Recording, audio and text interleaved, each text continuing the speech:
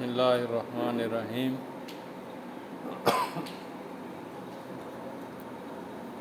سلفی تحریک حصہ دوم تاریخ۔ پچھلے حصے میں ہم نے سلفی تحریک کے عقائد اور اصول بتائے تھے کہ سلفی تحریک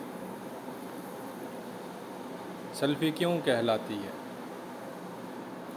اور اس کی علامات کیا ہیں اور ان کے عقائد کیا ہیں، اور پھر وہ اپنے دعوے میں کتنے سچے ہیں۔ اب اس دوسرے حصے میں ہم تاریخ کا بیان کریں گے کہ سلفی تحریک کی تاریخ کیا ہے۔ تو سلفیوں کی تاریخ جو ہے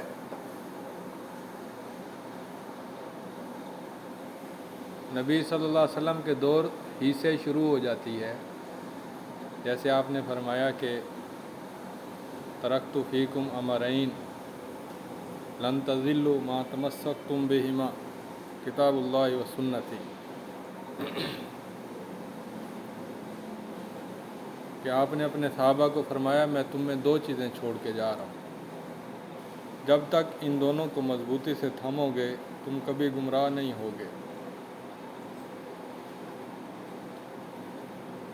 تو ہر مسلمان سلفی ہوتا ہے کیونکہ وہ صحابہ اور سلف صالحین کے طریقے پر چلتا ہے، یا کم از کم نظریاتی طور پر وہ سمجھتا ہے کہ صحابہ اور سلف وہ مسلمانوں کے پہلے اولین برحق نمائندہ تھے۔ تو ہر مسلمان اہل سنت ہوتا ہے والجماعت ہوتا ہے، پھر اس کا ماحول اسے منحرف کرتا ہے، کیونکہ اسلام سنت کا نام ہے اور سنت اسلام کا نام ہے۔ اسی لیے سلفی تحریک صحابہ اور سلف صالحین کے دور سے شروع ہوئی،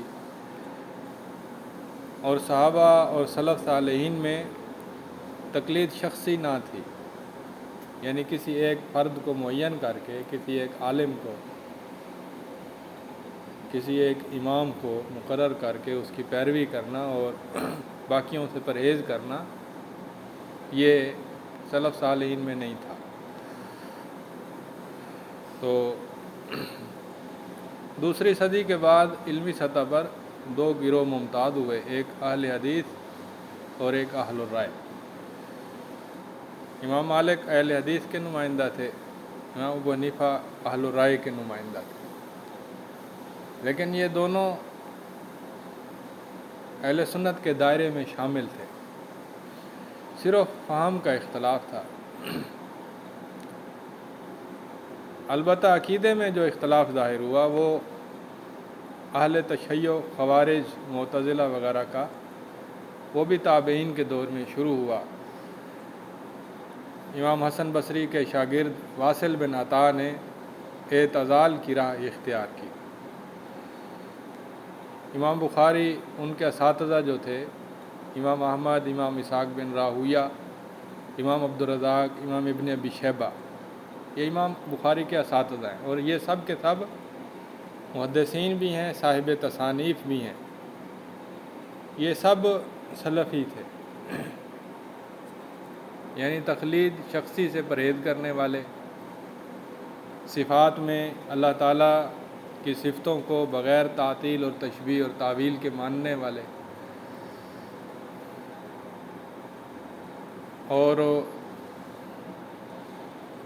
اس دور میں تصوف کی ابتدا ہو گئی تھی، لیکن جمہور اہل حدیث، جمہور محدثین، جمہور فقہا، جمہور ائمہ کرام وہ تصوف سے الگ ہی تھے مجموعی طور پر۔ امام بخاری کے ہم عصر اور قریب زمانے والے جو محدثین ہیں، جیسے امام بخاری کے شاگرد ہیں امام ترمذی، امام ابو داؤد، امام مسلم اور دارمی وغیرہ یہ بھی محدثین تھے، سلف ہی تھے، سلف صالحین کے طریقے پر چلنے والے۔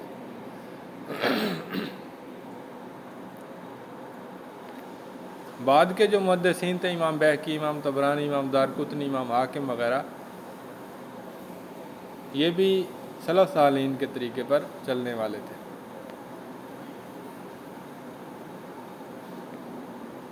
تو اصحاب الحدیث کی جو موجودگی ہے یہ ہر دور میں اور ہر علاقے میں رہی ہے۔ محدثین اور اہل حدیث کا مستقل ایک طبقے کے طور پر ان کا ذکر اور ان کا تشخص حدیث کی کتابوں میں، یعنی شروع کی کتابوں میں، فقہ کی کتابوں میں، تاریخ کی کتابوں میں، سیر کی کتابوں میں، فرق کی کتابوں میں اور عقیدے کی کتابوں میں موجود رہا ہے۔ یعنی فقہ کی کتابوں میں جہاں آتا ہے نا کہ حنابلہ، شافعی، مالکی، حنبلی یہ کہتے ہیں، وہاں یہ بھی آتا ہے کہ اس بارے میں اہل حدیث یہ کہتے ہیں۔ تو اس سے معلوم یہ ہوتا ہے کہ اہل حدیث یا محدثین یہ لوگ ہر دور میں، ہر زمانے میں ایک باقاعدہ مکتبہ فکر کے طور پر موجود رہے ہیں۔ صحابہ اور تابعین کے دور میں تو یہ جمہور تھے۔ جمہور کیا؟ تمام اہل اسلام وہ ایک ہی طریقے پر تھے، ان میں دو طریقے نہیں تھے، کوئی حنفی، شافعی، اشعری، ماتریدی نہیں تھا، صوفی بھی نہیں تھا۔ ہاں جی، اس کے بعد ہے برِ صغیر کی صورتحال۔ برِ صغیر پر محمد بن قاسم نے ہجری میں یہاں اس نے کا علاقہ فتح کر کے 4 سال یہاں پر حکومت بھی کی، اور تابعین کا دور تھا۔ وہ تابعین کا ایک ہی منہج تھا کہ وہ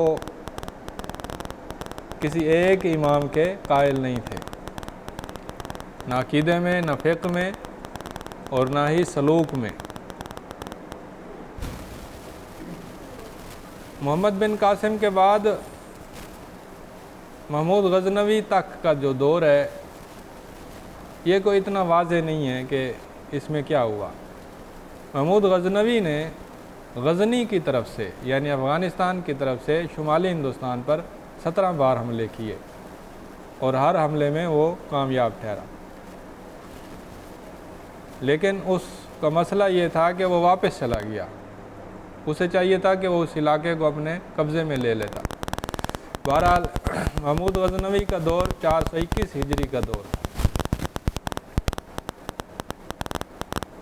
امام المقدسی، جن کی کتاب ہے احسن التقاسیم، یہ میری دیکھی ہوئی کتاب ہے، 375 ہجری کے ہیں۔ یہ لکھتے ہیں کہ سندھ میں اکثریت اہل حدیثوں کی ہے۔ 375 ہجری کے مصنف ہیں، احسن التقاسیم کتاب مل جاتی ہے لائبریریوں میں۔ اس میں وہ لکھتے ہیں کہ سندھ کے اندر اکثر جو مسلمان ہیں وہ اہل حدیث ہیں۔ امام ابن حزم کی کتاب ہے جامع السیرہ، جو نبی صلی اللہ علیہ وسلم کی سیرت پر ہے، اس میں بھی وہ کچھ باب بناتے ہیں جن میں وہ مختلف علاقوں کی صورتحال لکھتے ہیں۔ 456 ہجری کے یہ مصنف ہیں، یہ لکھتے ہیں کہ ہند اور سندھ میں مسلمانوں کی اکثریت اہل حدیث ہے۔ یہ 2 کتابیں سب سے پرانی کتابیں ہیں اہل حدیثوں کے بارے میں، جو اشارہ دیتی ہیں، بتاتی ہیں کہ برِ صغیر میں سب سے پرانے اہل حدیث یہاں پر داخل ہوئے، رہے، بسے۔ پھر اس کے بعد صوفیاء بھی آئے، اور صوفیاء کے آنے سے جو صوفیاء کا ایک خاص اسلام ہے وہ پھیلا، جیسے علی حجویری آئے، جیسے وہ معین الدین چشتی آئے، اور دیگر بڑے بڑے صوفیاء یہاں پر آئے۔ علمی سطح پر جو اہل حدیثوں کا بہت بڑا احیاء ہوا ہے وہ شاہ ولی اللہ کے دور میں ہوا ہے۔ شاہ ولی اللہ سے پہلے بھی اہل حدیث تھے، لیکن وہ دور اتنا زیادہ غالب نہیں تھا کہ اہل حدیث غالب ہوں، واضح ہوں، موجود تھے، اس میں کوئی شک نہیں ہے۔ شاہ ولی اللہ نے اہل حدیث مکتبہ فکر کو ایک باقاعدہ علمی بنیاد دی۔ بنیاد پہلے سے تھی لیکن انہوں نے اسے مضبوط کیا، واضح کیا۔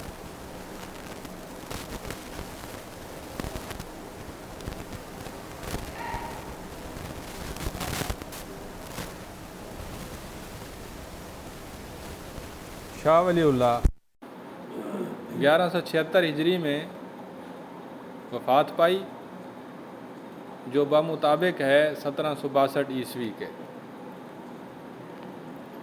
ان کی کتاب ہے حجت اللہ البالغہ، اس میں المبحث السابع ہے جو مدرسوں میں پڑھا جاتا ہے۔ اس میں ہے کہ اہل حدیث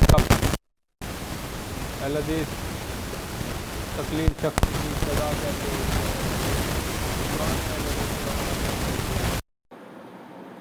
جو قدیم فقہا ائمہ کرام تھے ان کے درمیان اختلاف کی وجوہات کیا تھیں، یہ تقلید جائز ہے، حرام ہے، مکروہ ہے، مندوب ہے، کیا ہے، یا کفر ہے، کفر کی بھی بات انہوں نے کی ہے۔ یہ ساری باتیں انہوں نے وہاں دہرائی ہیں۔ شاہ ولی اللہ کے جو بیٹے اور شاگرد تھے شاہ عبدالعزیز، وہ بھی ان تمام باتوں کو جانتے تھے، اہل حدیث اور اہل رائے کا فرق اور اہل حدیث کا مکتبہ فکر۔ پھر شاہ محمد اسحاق، پھر ان کے شاگرد جو ہیں وہ جو ان کی مسند پر بیٹھے وہ میاں نذیر حسین دہلوی تھے۔ میاں نذیر حسین دہلوی نے مستقل طور پر اپنے اساتذہ سے الگ ہو کر اہل حدیث مکتبہ فکر کو پروان چڑھایا تعلیم اور تدریس کے میدان میں۔ میاں نذیر حسین دہلوی دہلی میں تھے اور وہاں کی جامع مسجد میں وہ پڑھاتے تھے۔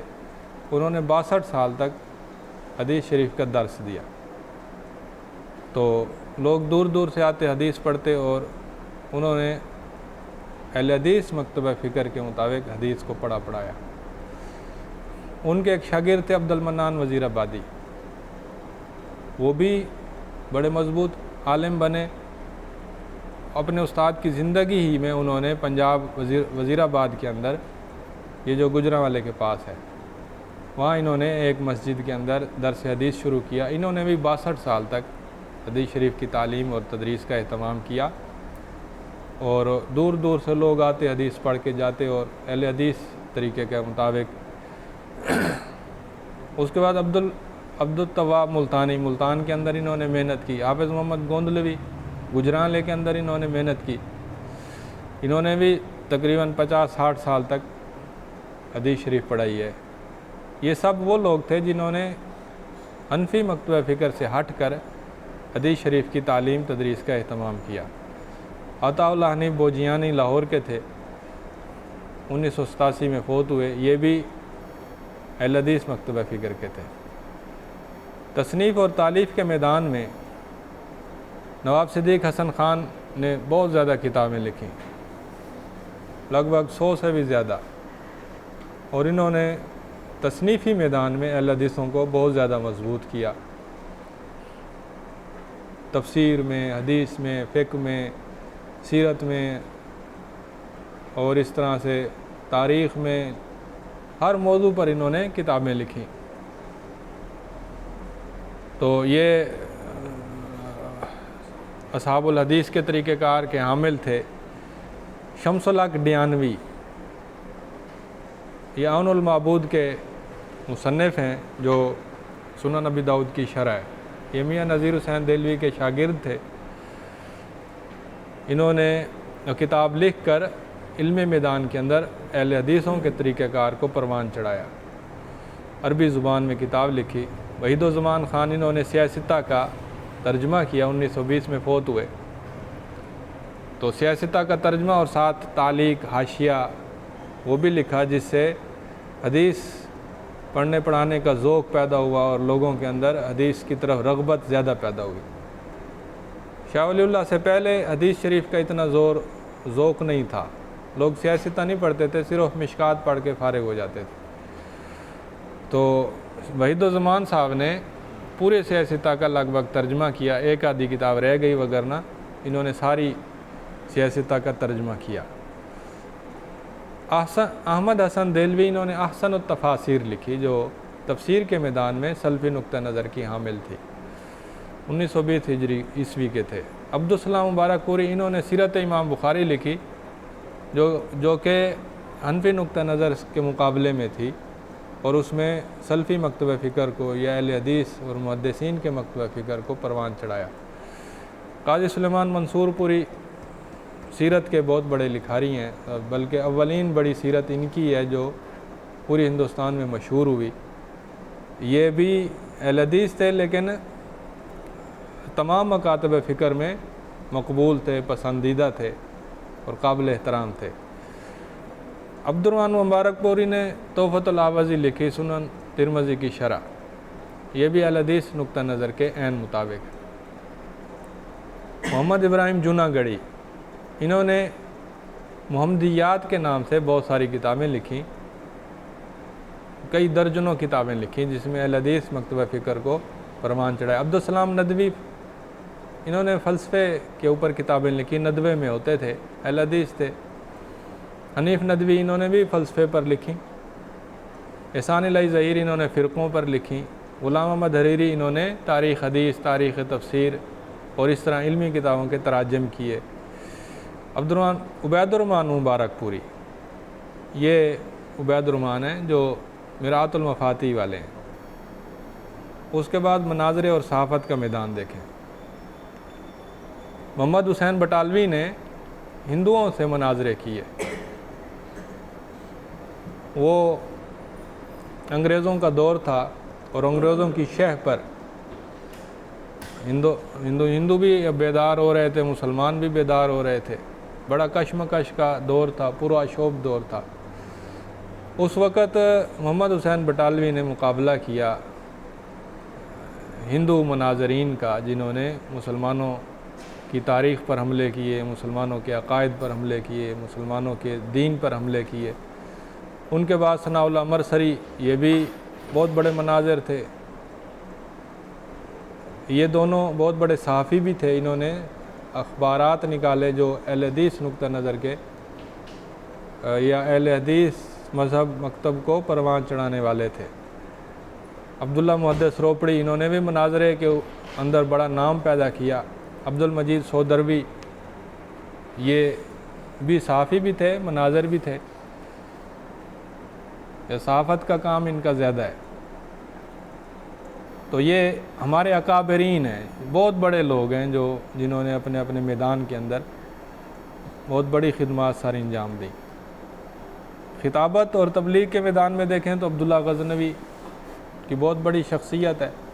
حافظ محمد لکھوی انہوں نے لکھوکھا کے اندر بہت محنتیں کی، دعوت تبلیغ کا کام کیا اور ایک بہت بڑا علاقہ متاثر کیا۔ ابراہیم میر سیالکوٹی انہوں نے تاریخ حدیث لکھی۔ محمد اسماعیل سلفی انہوں نے شاہ ولی اللہ کی تجدیدی خدمات پر کتاب لکھی۔ عبدالسلام بستوی یہ بہت بڑے خطیب تھے، ان کی کتاب تقریروں کا مجموعہ، بڑا اچھا مجموعہ، یہ بازار سے مل جاتا ہے۔ اہل حدیث سن 1900 سے پہلے موجود تھے، جیسے نواب صدیق صاحب اور دیگر، میاں نذیر حسین دہلوی 1857 اور شاہ ولی اللہ اور شاہ اسماعیل شہید، ان لوگوں کے بعد اہل حدیثوں کا طبقہ بہت زیادہ پروان چڑھ رہا تھا، لیکن علمی طور پر 1900 کے بعد پھر مزید یہ منظم ہوئے، تنظیمی طور پر منظم ہوئے، سیاسی طور پر منظم ہوئے۔ تو آل انڈیا اہل حدیث کانفرنس کی تنظیم کا آغاز ہوا 1900 کے اندر لگ بھگ، تو یہ ایک تنظیم بن گئی، پورے ہندوستان کی مشترکہ تنظیم۔ 1947 کے بعد دو بڑی جماعتیں بن گئیں، ایک اہل حدیث پاکستان اور ایک اہل حدیث بھارت، تو یہ تنظیم دو بن گئیں۔ اہل حدیثوں کے جو اہم مدارس ہیں اس میں میاں نذیر حسین دہلوی کا مدرسہ، یہ مدرسہ ویسے نہیں تھا جیسے آج کل مدرسے ہوتے ہیں کہ ایک عمارت ہو، کچن ہو، دفتر ہوں، ایسے نہیں تھا۔ ایک مسجد ہوتی تھی، اس مسجد میں دن رات پڑھاتے تھے، وہیں بچے سو جاتے، وہیں کھانا، لوگ آتے چلے جاتے پڑھ کے، کوئی کورس وغیرہ نہیں ہوتا تھا، بس درس شروع ہے، کتاب شروع ہے، لوگ پڑھ رہے ہیں، سندیں سندیں نہیں ہوتی تھیں، لوگ پڑھ کر چلے جاتے تھے۔ میاں نذیر حسین دہلوی کا دور ایسا تھا، استاد پنجاب عبد المنان وزیر آبادی کا دور بھی ایسا ہی تھا۔ پھر اس کے بعد باقاعدہ مدرسے بنے، نصاب بنا، کورس بنے، اساتذہ مقرر ہوئے، سندیں تقسیم ہونے لگ گئیں۔ وہ جامعہ سلفیہ بنارس مشہور ہے اور جامعہ سلفیہ فیصل آباد، یہ دونوں جامعات اہل حدیثوں کے مشہور جامعات ہیں۔ اہل حدیثوں کی خدمات کو جو باہر کے لوگوں نے پسند کیا اور اس کو پروان چڑھایا اور اس پر اچھے تبصرے کیے، ان میں سید رشید رضا مصری ہیں۔ انہوں نے اہل حدیث تحریک، جو بر صغیر کی اہل حدیث تاریخ ہے، اس پر بڑا اچھا تبصرہ کیا کہ یہ لوگ بڑی خدمات ساری انجام دے رہے ہیں، شرک اور بدعات کے خلاف محنت کر رہے ہیں اور حدیث کو سلف صالحین کے طریقے پر پڑھ رہے ہیں، پڑھا رہے ہیں۔ سید رشید رضا مصری بہت بڑی شخصیت ہیں اور ہر طبقے کے اندر یہ قابل قدر شخصیت ہیں۔ سید سلمان ندوی بھی اسی طرح سے بر صغیر کے اندر بڑی نامور اور قدآور شخصیت ہیں۔ یہ شخصی طور پر اہل حدیث تھے، لیکن ان کی جو زیادہ شہرت ہے وہ ندوی ہونے کے اعتبار سے ہے کہ وہ ندوی تھے، مورخ تھے، اہل حدیثوں کے علاوہ تمام بر صغیر کے مکاتب فکر کے ہاں ایک قابل قدر شخصیت ہے۔ تو ندوۃ العلماء میں ان کی زندگی گزری، لیکن ان کی علمی شان و شوکت ایسی زبردست تھی کہ دیوبندی بھی ان سے محبت کرتے، اہل حدیث بھی کرتے، ندوی تو پہلے ہی کرتے تھے، اور جو دیگر پڑھے لکھے طبقے ہیں وہ بھی ان سے متاثر تھے۔ تو انہوں نے بھی اہل حدیث تحریک پر بڑا اچھا خارجی تبصرہ کیا ہے۔ تو یہ ہماری آج کی گفتگو تھی، سلفی تحریک اور اس کی مختصر سی تاریخ، اسی پر اکتفا کرتا ہوں۔